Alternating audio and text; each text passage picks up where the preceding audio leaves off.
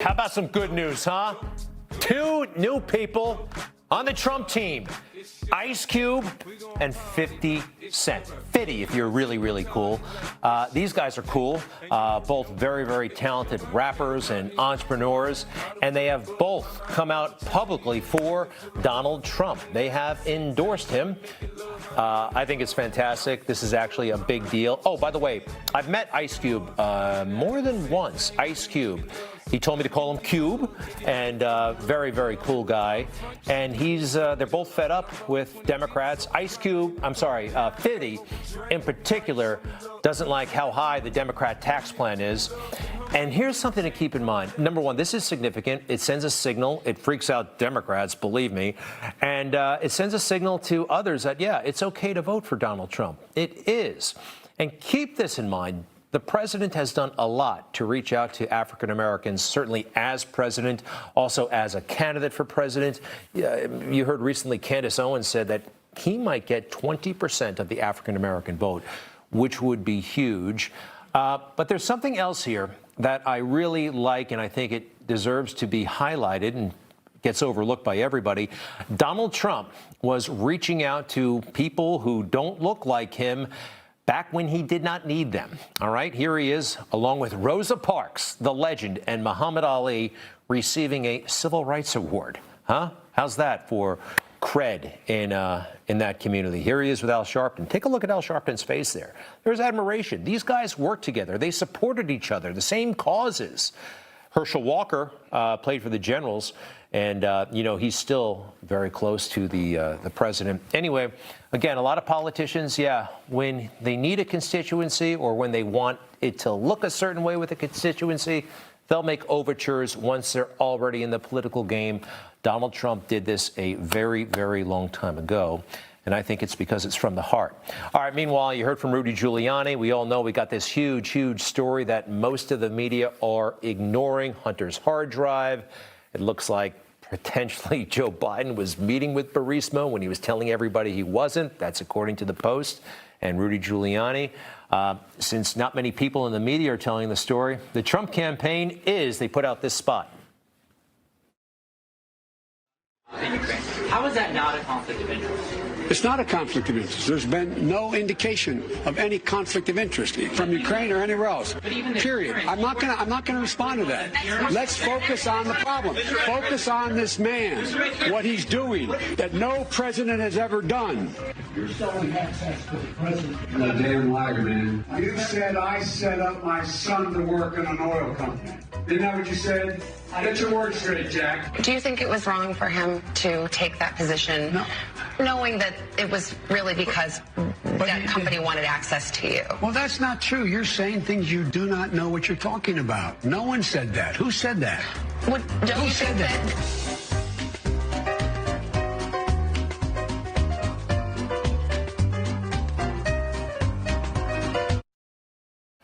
Pretty good ad, huh?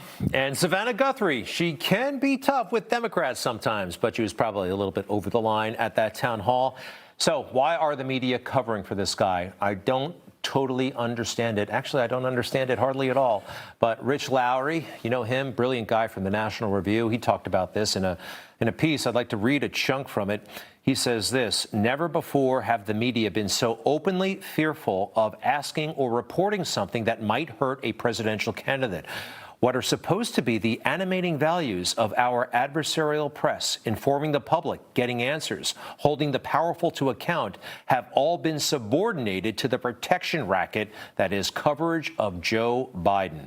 Much of the press has pronounced the Post story debunked without doing any work to debunk it, and believes as a matter of faith that it is Russian disinformation. Rather, the focus has been reporting on how the Post reported the story, as the press works to discredit media outlets that don't toe the correct political line. You know, just like Woodward and Bernstein did during Watergate. How about that, huh? One more. Usually the media love candidates who make good copy, who provide drama and color. In their hatred and fear of President Donald Trump, though, they've thrown in their lot with the dull and meandering Joe Biden, bringing to the effort all the complacency and pointed incuriosity it can muster. Incuriosity. That's a great word. Lack of curiosity. I love it. And no excuse, because Joe Biden, well, he's hiding. He really is. He is underground, quite literally. Not going to see him this week until Thursday night at the debates. I think this is the last time we saw him, when he made that ice cream run and kind of laughed off questions. It's really wild how they are coddling him. Remember, I think it was last week, I told you that they're treating Hunter and Joe like babies. And that's really a thing. I really do. And like babies, they're making excuses and going back and finding little, maybe handicaps or disabilities that might explain some things. Have you heard now that Joe is a stutterer? Joe Biden is a stutterer. Sure, he's been in public life for decades, United States Senator, right? Always speak fairly fluently until lately. But no, he's a stutterer. And you're supposed to know that already. Joe Biden, as we all know, has worked to overcome a stutter. And one of the speakers at the Democratic convention was a young boy who the vice president inspired, named Braden Harrington. Take a listen. It was really amazing to hear that someone like me became vice president. Braden Harrington, a very brave young boy. You made this comment earlier in the campaign about Joe Biden. Let's take a listen to that. Every time he comes on stage or they turn to him, I'm like, Joe, can you get it out? Let's get the words out, Joe. You kind of feel bad for him. How do you think it makes little kids with stutters feel when they see you make a comment like that?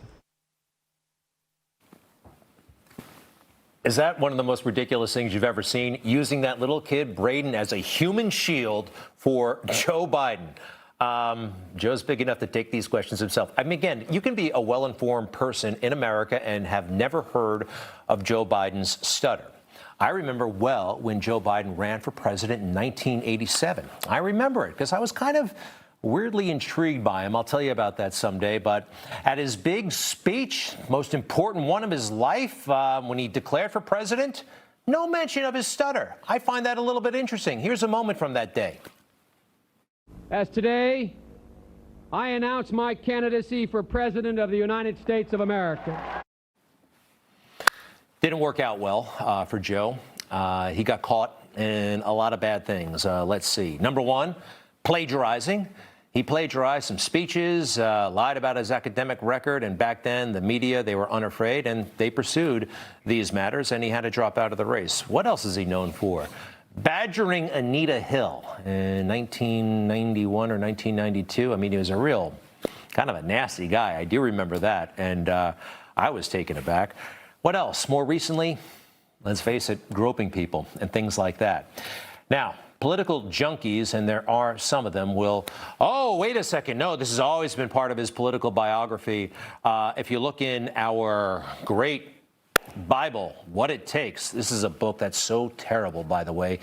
Political journalists consider it a classic, but if you read this book and you want to go into politics or want to be a political journalist, there's something wrong with you, okay? It is nasty, it is snarky, so cynical, everybody's stupid.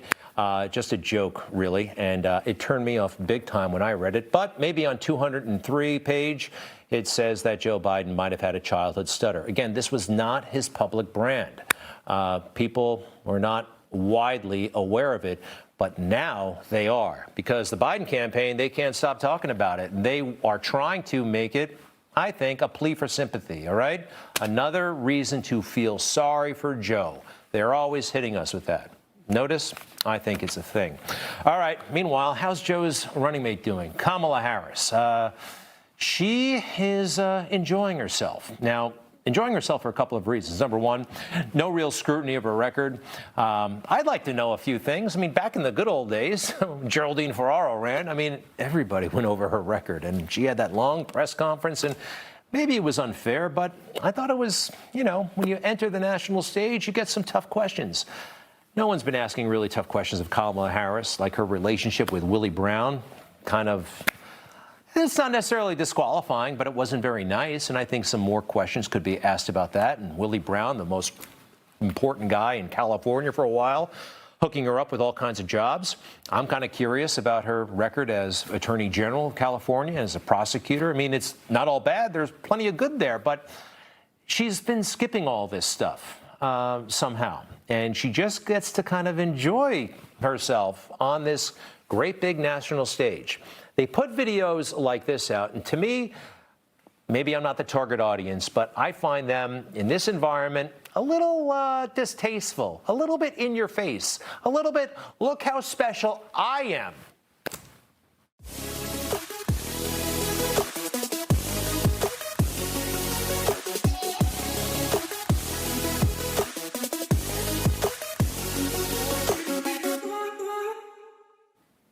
Wow, huh? She's going to roll with those basketball stars, and they're going to talk about social justice and police reform, but I really think she just wants to flaunt it, and I think she wants to flirt a little bit. That's kind of her style. I've seen it.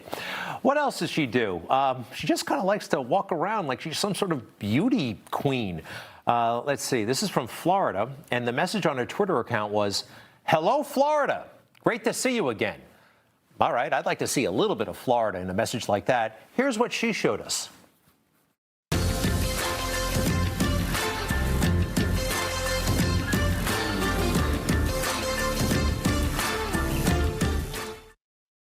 That's it. Just look at me, I'm great. This is like a little kid's version of what a beauty pageant might be like. I don't know. I mean, I'm not the strategist. I just don't know what the target audience is for something like that. Nobody there. She's waving. She's living her best life. You know, if you look at the Trump campaign ads, I mean, the really good ones, and there were some good ones, actually this campaign and in 2016, the ads are about us, about people. Those are the ones that make the difference. I just don't think they're going to win. There she is, acting all gangsta. Well, we got some real gangsters, and I think it's a major, major addition and a good one to the Trump team. And there are going to be positive repercussions here. Ice Cube, also known as Cube, met him once, and 50 Cent.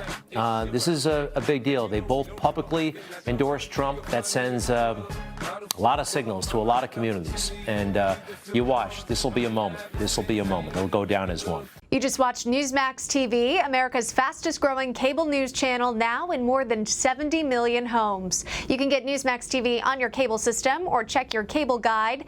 And if your system doesn't carry Newsmax, call them, tell them you want Newsmax TV, because we're real news for real people.